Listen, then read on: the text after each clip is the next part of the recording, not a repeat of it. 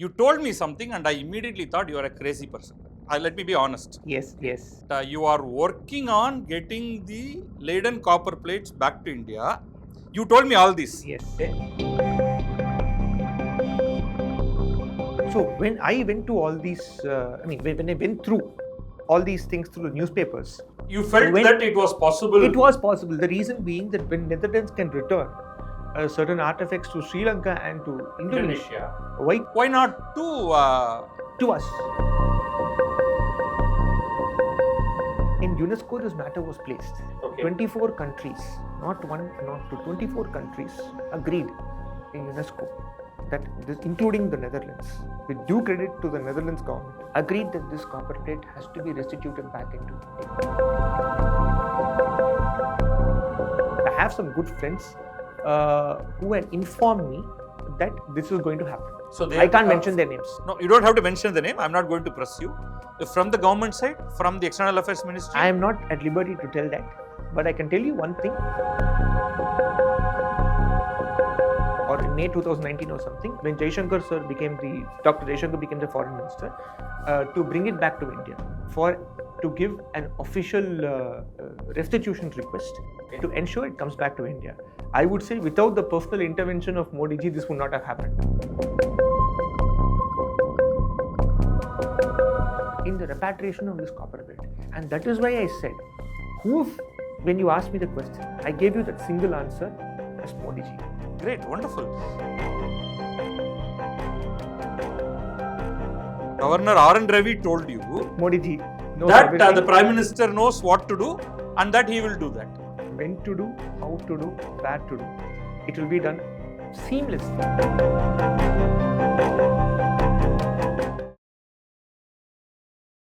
Dear viewers, welcome to Kizhakku News. We have a special session today to talk about the return of Anaimangalam Copper Plates, also called as Leiden Copper Plates, from University of Leiden in the Netherlands, which are being restored back to India. We would like to go in depth into what made this happen, and we have a very, very important guest in our studios today, so Advocate Jagannath. Welcome, Jagannath. Thank you, sir. Thank you so much for having me on the show. Why I'm saying this is really special is that I want to tell all our viewers that we met in January. Yes. Wanted to tell me something, you came home. We had a recording here. Yes. After that, you came home. Yes. You told me something and I immediately thought you are a crazy person. Let me be honest. Yes, yes. You told me then that you are working on getting the Leiden copper plates back to India. You told me all this. Okay. So this is maybe to all of the people who are listening to this would look like something else, yes, different. Some crazy stuff. And notice that in between we have had an election which itself has been very crazy. Yes. So in January you told me that you are working on this, that most likely, you didn't say it will happen, but you said most likely when the Prime Minister is going there, it will happen. The plates will be returned, will be given to him. Yes, that's exactly what I said. Yes. You told me that. Either the Prime Minister or the Foreign Affairs Minister. I remember you mentioning Prime Minister. Yes. And my first reaction was that, what is this? I didn't know at that time that Prime Minister is going there. And that Leiden University will even go to the extent of returning this back. In a ceremony. First of all, the very idea itself was something that I could not fathom. So now with that background, let's go into it. Who are you and what are you doing to get into all of this? I'll first start with what happened. I had given a representation in the year 2018 to the Honorable Prime Minister, and the representation was forwarded from the Prime Minister's office, which is part of my typeset. Page number 1 of my typeset has the seal of the Office of the Prime Minister. It has been forwarded from the Prime Minister's office to the Foreign Secretary, to the Director General of Archaeological Survey of India. This was all in 2018? Post September 2018. And there was forwarding which was made to Director of Antiquity of Ministry of Culture and to the Foreign Secretary at that point of time. And to another person who was the Joint Secretary, who was Joint Secretary for Western Europe in Ministry of External Affairs in New Delhi. It was forwarded to all of these people, asking them to take action on this subject. Why? What prompted you to do this? No, see, my representation not only has Leiden copper plates, it has a whole lot of other idols also. And as you can recollect, in 2018, there was a lot of issue pertaining to the repatriation of idols and idol theft. You had a bench called the idol theft bench, which I think is still, it's now called as the temple special bench. The idol theft bench at that point of time was headed by Justice Mahadevan and Adi Kesavlu. At that point of time, in 2018 Correct. is what I'm talking about. Correct. I had sent this representation at this point of time, asking for repatriation of various other artifacts. If you see my representation, you will have all those things. So the highlight in my representation was this copper plate should come back to India. Somehow it has to be repatriated to India. And down the line, after probably by January or something, you had elections at that point of time, if I'm not wrong. In 2019, we had the start of the general elections by probably February. And whatever process that we could take, that I could take through the legal recourse from the Madras High Court, I thought, why not we file a public interest litigation using this sacred platform? Let's make it clear. In 2018, Yes, you wrote a letter to the Prime Minister's office. a representation. A It was not a letter, it representation. was a bulk representation that I sent to the Prime Minister's office, yes. The legal action happened at what point in time? Yeah, I have given you the papers. I had sent the representation 18. So we have to wait for at least about 3 months for the administrative remedy to exhaust the administrative remedy, to give the officials time to exhaust the administrative remedy. So patiently, after waiting for that, I had filed the writ petition, and it came up for hearing before the special bench of comprising of Honorable Justice Mahadevan and Adi Kesavlu. See, I would like to make one point. Public interest litigation is a very sacred platform. Many people are unfortunately utilizing that to do all sort of nonsense. But when we file something, we need to have responsibility in what we file. Okay. And it has to be for something good of the general public. And it should not be a personal interest litigation. It should not be a litigation which helps a particular individual. It should be towards a public cause. That is the concept of public interest litigation. I am aware of that. And so this probably is in 2019. yeah, I have filed it in 2019, yes. Okay. And to ensure that we bring back not only these copper plates, but certain other things also, which I have said in the affidavit which I have shared with you. And this matter came up for hearing for admission on the 1st of April, not 1st of April, but on the 3rd week of April 2019. After the Tamil New Year, it had come up for hearing, because as you are, if you can recollect, as you are aware, the idol bench was sitting once in a week at that point of time, or twice in a week at that point of time. So during that period, exactly, the case came up for hearing, I think on the 3rd week of April after Tamil New Year's Day. And the matter was taken up for hearing. And I had to, the moment the matter came up for hearing, I have to give due credit to where it's due. Justice Mahadevan he's a phenomenal person. Who is now currently sitting Supreme in Court judge, yes. Yeah. Immediately he understood what the issue was. He has more knowledge about this subject than me. I will have to admit that. Immediately he understood what the issue was, and he ordered notice to the respondents, in which central government plays a critical role. After that, if you see, you have Mr. Rajesh Vivekanandan, who was the Deputy Solicitor General of India at that point of time, who was appointed in June. So I served the papers to him, and I told him, casually I told him, see, this is not an adverse litigation, because most of the litigations, if you see, people see as adverse litigation. And there are certain litigations. Here, in a sense, you are aiding the government. In a sense. In a sense. This is not an adverse litigation, is what I am saying. That's what I briefed them also about. Because there are two ways to it. Either you go hammer and tongs against your respondents and you contest the case. That is one aspect. The second aspect is litigation need not be adverse litigation. And you have to use it as a platform to ensure that the relief what you have asked for is sustained. So to that extent, I had briefed the counsel, who is right now the Deputy Solicitor General of India, Mr. Rajesh Vivekanandan. And he took a lot of pains, and he took a lot of efforts to ensure that he gave the correct communication to the correct officials. And in Delhi, when you're there, as officials, it depends upon how the information is sent to you at the end of the day, even if the top says yes. So he was instrumental and critical in conveying that message properly to those officials. And the officials, after getting to know of this particular, this copper plate being there, they still couldn't believe that this copper plate is more than 1,000 years old. And in the sense, they believed it, but they were really struck in awe that it's there in Leiden University in Netherlands. Why so much of years it has been there in Netherlands? How it went from here? Who issued it? And for how many years it's in Leiden University? And these were the questions which were asked. And were you involved in addressing all those questions? no, Rajesh sir asked me the questions off the record, not on the record. And also, COVID played a very delayed role because I think for 2 years my matter was not listed because of COVID and other things. So I then had to make sure that the matter is again listed before the bench in 2022 and 23.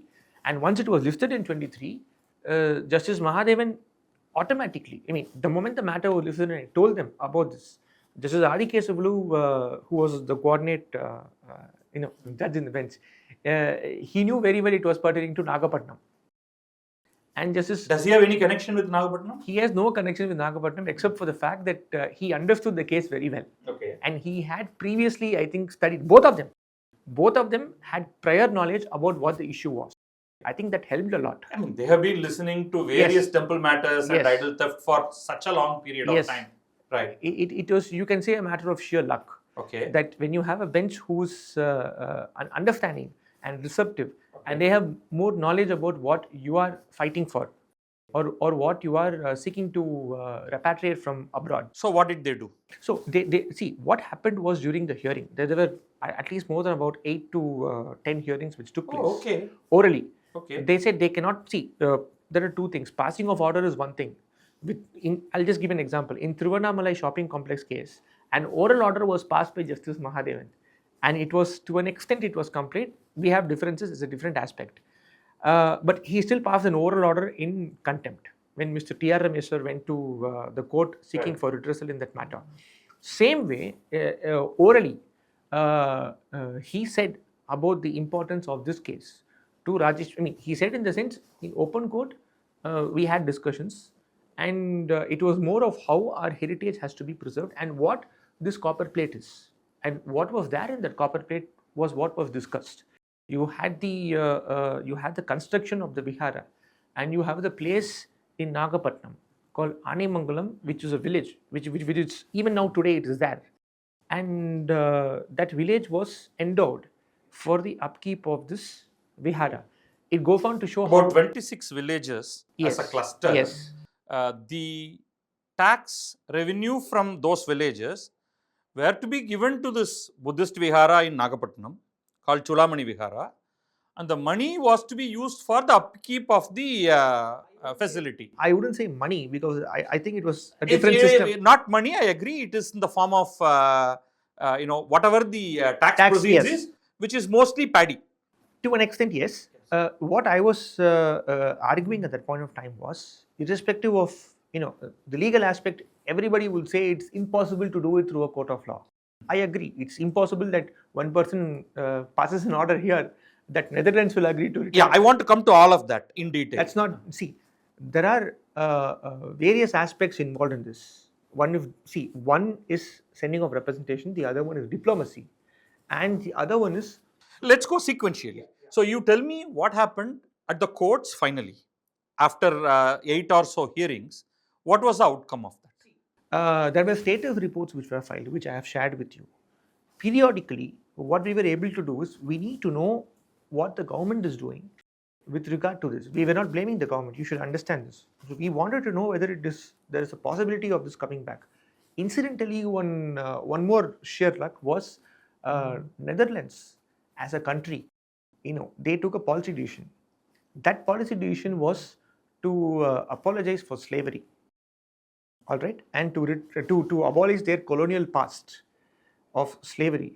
And they were benevolent enough to ensure that they agreed to return most of the artifacts to other countries. An example was returning of certain artifacts to Indonesia and to Sri Lanka, which they did.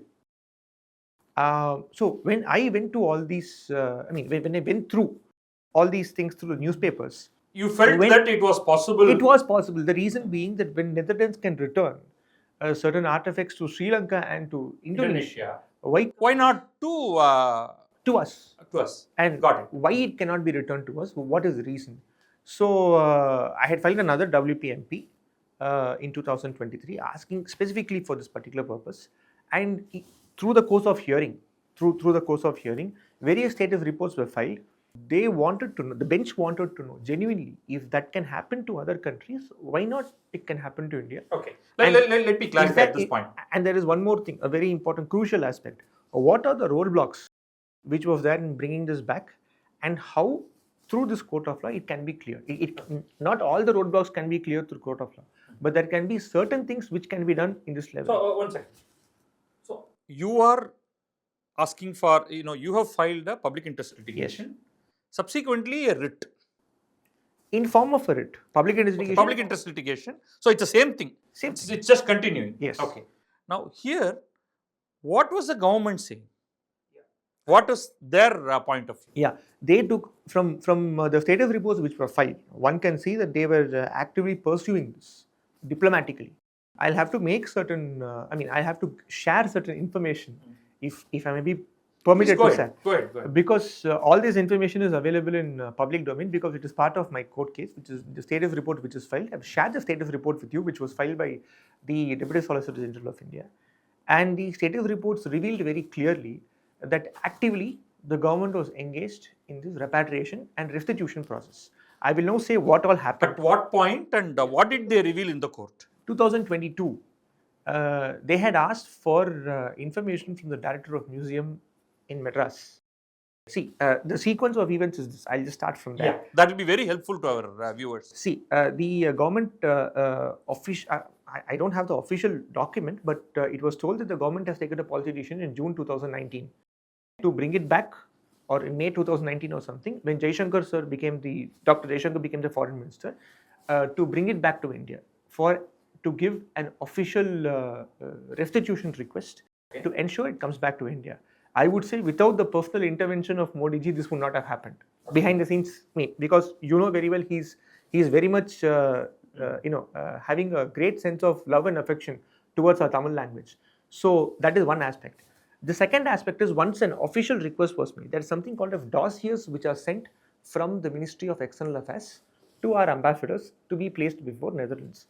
Officially, then India made a request to the government of Netherlands asking for the return of this copper plates after the restitution request was taken as a policy decision in 2019. Okay. All right, this is what was given in the status report. That is one. Okay. The second aspect is, once they gave it to the Dutch authorities, naturally the Dutch authorities would say that we don't want to give it back. But then they were asking for certain information. One is the provenance. Provenance is basically what is the ownership over who did this? Period. Yeah, who sold it to who, or who gave it to who? I would put it this way: in this copper plate, who issued this? Why they issued this? Those are clear because the document itself talks about it. Yeah, that is the beauty. The question is, what happened afterwards? That is the beauty of it. The document, the copper plate talks about it. So they were asking what happened to the vihara. See, you are saying that there is a vihara which is there. It is said over here, we are saying, that is the Dutch themselves in Leiden University, they were saying there is a vihara there. What happened to the vihara? It must be there somewhere. What happened to that is what was the question, what was asked. Second thing was, subject to what I know, subject to what was given in the code, they were asking for similar copper plates, which is there in India, issued by this ruler or issued by this dynasty, so that we can see the similarities if such thing exists. And the third thing is with regard to restitution, as to how important it will be for India culturally. Culturally, for it to be brought back to India. Why it is more culturally important to India. These were the things, broadly these were the three things in which this was asked between 2020 to 22, if I'm not wrong. After that, what happened was there were 3 letters for a period of more than about 1 year, which was written by the central government to the director of museum. This is on record.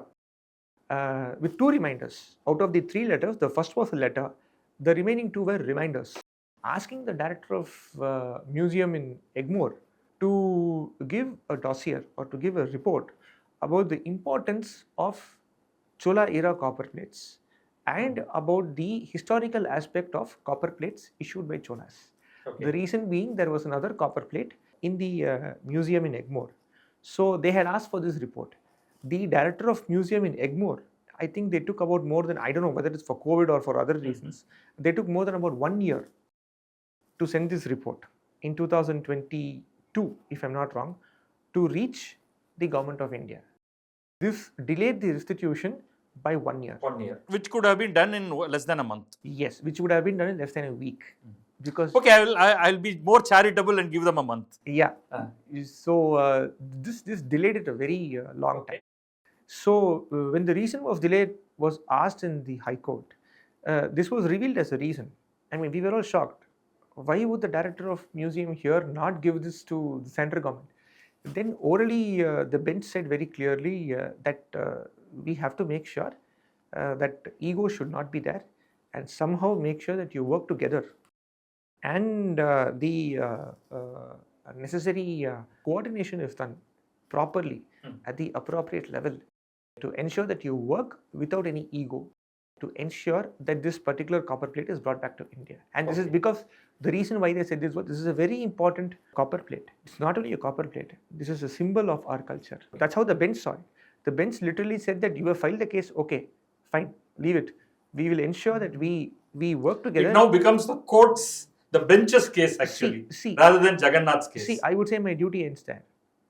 I have to tell the court what the issue is. I would say my duty ends there. Okay. And rightly so, because the central government was fully cooperating in this aspect. See, we'll be failing in our duty if we don't thank and congratulate the central government for a wonderful work that they have done diplomatically, and here for the ASI also. Take us to the next level. Yeah, now. next level, what happened was after this, all right, this dossier was then given, this report was then given to the central government. Immediately they gave a dossier.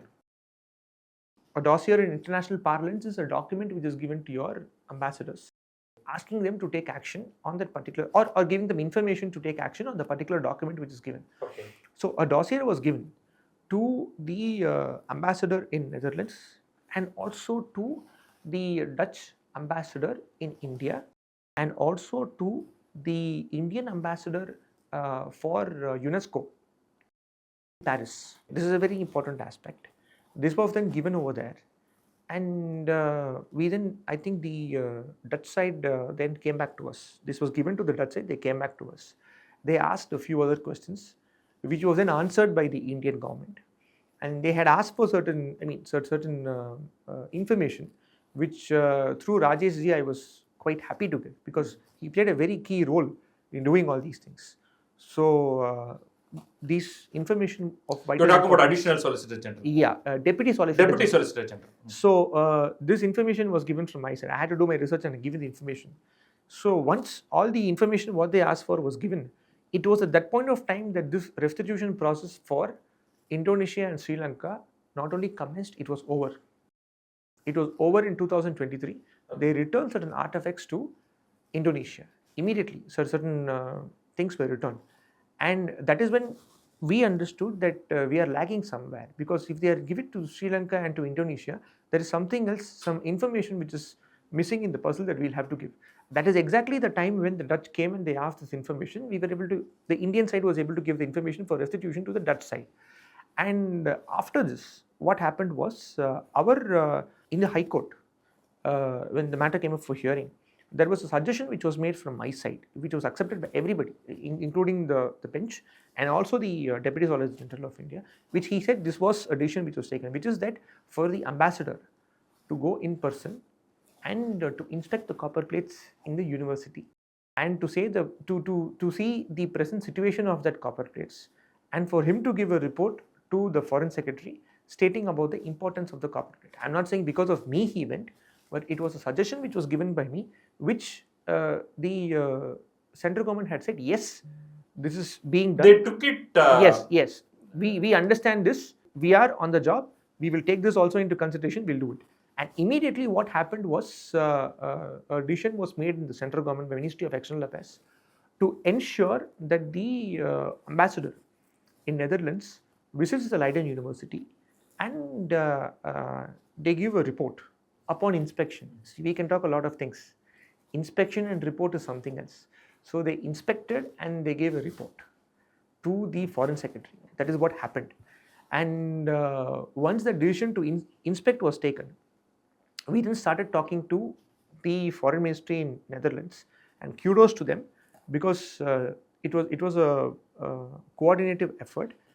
Along with these people, we had to impress upon me, in the sense, not me, The Ministry of External You're Affairs. talking about the government of The India. Ministry of Ministry of External. External Yeah, Affairs. it is my government too. They had to impress upon the Leiden University to give it up. It was at that point of time that they had impressed upon the Leiden University to give it up as a matter of colonial artifact. Then, once the Leiden University said that in principle we will give it back to India, what remained was the formalities. So, this particular aspect was sent as a communication that we are going to go and inspect. Once we inspect, we will do all these things. So, this was then given as a communication to the Ministry of External Affairs in November 2023, if I'm not wrong. Either in October or November 2023, this was given. My case came up for hearing in December 2023, and this was recorded because I. Was the bench still in place? Yes. In Mahadevan December. Adikesu, because December Mahadevan 2023. was to go to Supreme Court. That happened immediately after. Lordship was elevated in June 2020, or July 2024. In 2023, in December, before Christmas holidays, this matter came up for hearing. And I said, for the sake of brevity, please record this particular statement that they have given, because it's a very historical statement that they have given, that it is going to finally come to India. If you see the reply, which is given by External Affairs Ministry, which was placed as a written statement, or it was placed as instructions in the typeset of papers, it revealed very clearly that it is not a question of whether it will come or not. It is a question more like of when. It is a question of when. Okay. So the fact of the matter that it is coming back to India, that is a great thing. So, but I would still not have believed it at that point in time. Yes, nobody believed me actually. They were all mocking at me. What are you talking about? I will include myself there. I will be very honest in. Yes. Because when you came and talked to me that it is coming back, but you were very secretive about it. I will also, you are not openly making a statement. You wanted to be very, very, very circumspect, and you told me. Yes. What gave you that confidence that it will happen? Modi ji. What do you mean? Modi ji. No, come on. You have to expand that. Very simple. It is Modi ji. Nobody else. No, that's one word, one name is not sufficient. One name you is have sufficient. To explain. See, Lord Ramanuja has said, when debates were taking place, in that one name, that Om Namo Narayana, Ashtakshara Mantram, he has won many debates. Like that, I would say, I'm not comparing, but some people will have offense. Yes. But all that I am saying, as far as this particular thing is concerned, this particular repatriation is concerned, it is Modi ji. Modi ji only. Modi ji, Jaishankar ji, of course, our entire team, but headed by Modi ji. It is because of Modi ji that has come back to India. And we have to give the due credit to the great man. And if not for Modi ji, this would not have come back to India. In a sense, your court filings or your PIL was more as a trigger, because this would have happened anyway. Yes. Because what we hear, what we understand from other process, because there are many people involved. Many people involved. That's what I'm trying to say. See, I'm talking about not even from the government side. Privately a also. Lot of, because in your own submissions, you quoted I've quoted many Vijay people. Kumar, for example. I want to know all the people that you talked about. What are all the documentary evidence or details that you provided, and key people who helped you in your research? Can you give some names? See, with regard to this aspect, I have quoted a lot of people. I think his name is Poetry in Stone. Poetry in Stone was his website, his blog that he maintained. Because he is Vijay Kumar, that's his name. Because I am not in social media, I don't have the time for that. I don't have the luxury of being in the time for that. So I have quoted him because his articles had appeared pertaining to restitution of various other artifacts. He is unquestionably the leading authority. Yes. In the space of restitution of cultures taken away, stolen away, and so on. So unquestionably, he is the topmost expert in India. Yeah. Okay. But I would say that yes, him and a few other people also. Who are the others? That See, in my affidavit, I have stated that. But most importantly, look, as far as this particular case is concerned, there are so many other people. All right. If I start mentioning their name, it will take more than about 2 hours. I'm not claiming that I'm the only person who did this. It was a trigger. But there was so much of other people who have done this. And I think due credit should go to them also, who have worked behind the scenes to ensure this is there. See, on the... Did you talk to any historians to get an understanding of... I spoke to many people, all right? And you have a lot of historians uh, who had knowledge about this copper plate. And more than that, look, I would like to put it this way. Like how you said, people were in awe. What are you saying? Are you saying it's coming back? How do you say that? Why do you say? I mean, what are you talking about? I can't understand what you're trying to say. Is what their reaction was similar to you. Right. Then I told them, look, this is what has happened. I shared them this information. I told them, please keep it secretive. Please don't share this with anybody. The reason being that it's a very important thing. Because if somewhere Anything could go wrong, because until finally an announcement is made that it is being handed over, it is not handed over. Okay, tell me, let's unless the fat lady sings, you don't know what happens. Okay, so let's come to January Yes. 2026 Yes. when you talked to me. Yes. Was there some kind of an intimation given to you by somebody that it is almost done and that it was going to happen? See, when you see the order which is there, which was passed in 23, as I told you, it is not a question of whether it will happen. It's only a question of a time. I would like to state that my good friend, I don't want to mention his name, but I have some good friends who had informed me that this is going to happen. So they I can't mention their names. No, you don't have to mention the name. I'm not going to press you. From the government side, from the External Affairs Ministry? I am not at liberty to tell that, but I can tell you one thing, that they have worked very hard without. Come on, you can tell me at least whether they are from the government side or not. I'll just How tell would you, I know? No, I'll just tell you one thing, because it will complicate issues for everybody. We are not mentioning names. We are not talking about departments. No, I don't want to say that, because when you say that name, the department will come out automatically.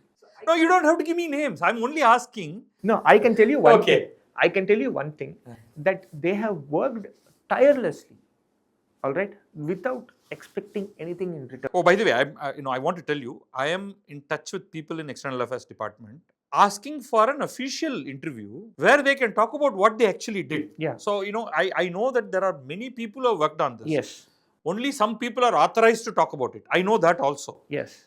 In their, informal way, I have been making a lot of inquiries trying to find out who are the key people involved, what happened, etc. So I'm only curious and I don't want any names from you. I'll just give you one thing. He's not my friend or anything of that sort, but I can tell you one person who genuinely worked for this. Two people, I would say. One person was I would rather say group of people was the ambassadors of India over there. Our diplomats. They worked really hard for this. Okay. All right. People don't generally talk about what diplomacy is in our country, unfortunately. They don't give that much weightage to that. But our ambassador in UNESCO, our ambassador in Netherlands, they have really taken effort. They have gone in person. They've seen the copper plate and they've given a report. And I would like to tell one more thing. In UNESCO, this matter was placed. Okay. 24 countries, not one, not two, 24 countries agreed in UNESCO that this, including the Netherlands, with due credit to the Netherlands government, agreed that this copper plate has to be restituted back into India. And this would not have happened without our ambassadors in UNESCO and Netherlands. And there was a country called Panama, which said that we have close ties with India. And we want to make sure that the recitals in the copper plate are disseminated and trickle down to our people also, to go on to show how tolerant this particular king was 2,000 years back. That is interesting. That is very. Why should Panama even say that is? No, not Panama, Zambia. Sorry. Zambia. It's an African country. Panama actually highlighted the importance of the restitution. Okay. And they supported our cause. And there were few other countries supported our cause. This was given as part of a reply in my case. So all your knowledge is effectively while running the case and the submissions there, and that's very fascinating. Through the reply which the central government has given, it's part of the record. Okay. See, the central government has given a reply. They have submitted in the court. It's as part of the record, and it's now come back. And if you see the timeline, it matches. And the good thing is that all of this happened before that bench got replaced by. No, I would also say, look, see, it was replaced with Justice Suresh Kumar and Justice Soundar. I would like to state one more thing, that as far as this particular case was concerned, a final status report was filed in the year 2024 in December. I mean, By which time the bench had been replaced? see, it was replaced, and I had requested the bench to adjourn it by 8 weeks. The reason being that you have the government working for the restitution. When a government is actively pursuing diplomacy, I think we should be responsible enough as a petitioner to ensure that the work is done properly and it is coming back to India. So I had that maturity to understand that, and I myself requested that this case be adjourned to 8 weeks, and till I say please don't lift this matter. And it was accepted too by Justice Suresh Kumar and Soundar, yes, and it has been adjourned too. The reason why I said for that was the reply was filed and might be in 2025, but the reply was served to me in 2024 in December. Okay. And if you see what was given to me in that reply in 2024, it goes on to show how it was placed in UNESCO and how our government has done a phenomenal job in the repatriation of this copper plate. And that is why I said, when you asked me the question, I gave you that single answer as Modi ji. Great, wonderful. So, what next from your side? See, You would like to see it when it comes here? See, Or your job is done? As far as you are concerned, your job is done. I will just tell you one thing. In this entire process, there were many people who, even today, if you see people in social, I'm not in social media, I don't want to name anybody, please. I don't want to name anybody. But there are people who are ridiculing me for doing this. I would just like to say I have done nothing. I have done absolutely nothing. The credit goes to our ambassadors. The credit goes to Rajesh Vivekanandan ji. The credit goes to Justice Mahadevan and Aditya Sivlu for having the wisdom to understand the greatness of this case. Of course, to Justice Suresh Kumar and Justice Soundar too, of the Madras High Court. The credit obviously goes to Madam Sushma Swaraj, who was at that point of time the Foreign Affairs Minister. We should not forget them. This was in 19 and 18 okay. end. 18 and 19. We should not forget her, because she was the Foreign Affairs Minister at that point of time. And then we have our Dr. Jaishankar, who also had played a very key role. Everybody knows diplomacy. Naturally. And apart from that, if you see, you have our governor, Sri R.N. Raviji. How was he involved? Because I had a chance to meet him. Okay. And I told him that this is there. If you can do something about it, he'll be grateful. He was saying it is in Netherlands. Yes. So a report was given to him from my side as a request to do something about this. He said, I'll definitely do something about this. And in fact, I came to know, now that it has come back, I came to know that he did, talk to the Prime Minister about this particular copper plate. Okay. He has spoken. Okay. There are many people who spoke to the Prime Minister about this. One of them was R.N. Raviji, the governor of West Bengal. So we all have to thank him. As then the governor of Tamil Nadu. Yes, and we all have to thank him. Nobody will say this because of the politics and the media involved. I would say he is a great inspiration for me. Okay. Okay, and he knew everything, how it has to be done. This is what he told me. Then I said, you mean Governor R.N. Ravi told you Modi ji knows that everything. the Prime Minister knows what to do and that he will do that. When to do, how to do, where to do. It will be done seamlessly and it will come back to India. He said it very happily. I'm not at liberty to say this, but I'm still saying it. He played a very important role in the restitution because he did send a report. And also I would like to state over here that once these things were done, see, Netherlands government, you should see the situation there. The king came forward. It is very rare for a European colonial power to come forward and to apologize for slavery. There is one aspect which we are not talking here, which I would like to state, if you can give me 1 minute, which is about the aspect of slavery involved here. Because the person who took it from here and who went over there was a person by name Florentius Camper, who was the first minister of faith in Batavia. Batavia is Indonesia. And he was a slave trader. Yes, correct. Being in the Amsterdam church, involved in the Amsterdam church, attached to the Dutch East India Company. We all know what they did to Trichandur Murugan temple, what they did, we all know. I don't want to say. It was a Dutch who did it. It's a different issue, so we will stay away from it for now. It was the Dutch who did this. Okay. So same way, I'm not saying that I'm not drawing a similar parallel, but I would like to state that slavery, as slavery was a precursor to indentured labor, and slavery at that point of time was there for commercial gain, and this was taken by a slave trader. Admittedly, it's a slave trader called. We know. See, the background is all very clear. I didn't go into it because I'm doing a lot of podcasts, lot of interviews where all those aspects are coming out.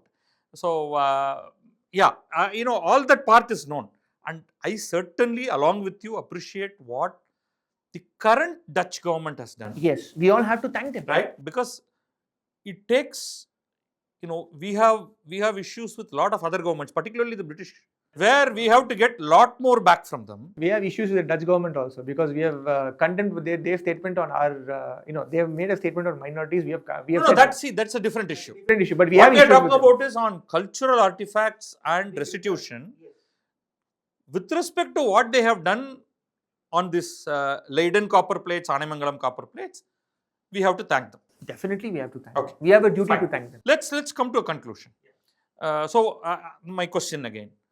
What next? From your side, I will make that very clear with a couple of questions. So one part done, but your original PIL involved bringing back multiple artifacts. So are you going to pursue those cases? Obviously. Okay. And let's hope for the best. Excellent. Wonderful. Second thing is that not my intention, genuine intention of everybody would be that the Chudamani Vihara, which was built by Rajaraja Cholan, that was demolished by, if I can just take a time, it was demolished by French Jesuits who were expelled from Pondicherry. They gave representations to the British government. It was rejected by Sir Walter Elliot. It was rejected by Sir Charles Taverner. And then it was finally accepted by Mr. Napier, who was the governor at that point of time in Madras after 1868. At this point of time, Sir Walter Elliot, in Indian Antiquary volume number 7, he has written as to how the Vihara came to be demolished, which is part of my typeset of papers. Right. And my ultimate goal would be to, if you see the photos over there, what he has given, I think there is another person. There's a sketch. Yeah. And I think Gokul Seshadri, Gokul Seshadri or someone, he's also written about Chera's one book. Yeah. In that, this photo or drawing is also. It's a drawing. It's a drawing which is mentioned. My intention would be, or my desire would be, like everybody else, to ensure that this Vihara is built on the style of how it was built by Rajaraja Cholan. That's my desire. During the period of Rajaraja Chola, funded by the Shailendra kings of Kedara. It was built by a tolerant king. Absolutely. Who was a Hindu. Great. I want to add one more thing. I grew up in Nagapattinam, brought up there, studied there till my 12th standard before I came to Chennai. So I would be the happiest if this comes back in Nagapattinam. I will visit when that happens. I hope so. Wonderful, and thank you, Jagannath, for a wonderful account of the legal side of it, also the diplomatic side, which many people don't know. I wish to learn more from the people inside the department, and soon we will have something official coming out from there as well. Thank you. It was very illuminating. I still think you are a crazy person for having the faith and the belief that this would happen, and this has happened, and therefore you are justified in having that kind of a faith. Brilliant. Thank you. Thank you. I would like to thank Modi ji for the great thing that he has done for us. We all as Indians will have to thank Modi ji for the great thing that he has done for us. Hats off to our Prime Minister for doing a wonderful job for our country by ensuring that the restitution and the repatriation of this great artifact is coming back to India. Thank you. Thank you, Jagannath.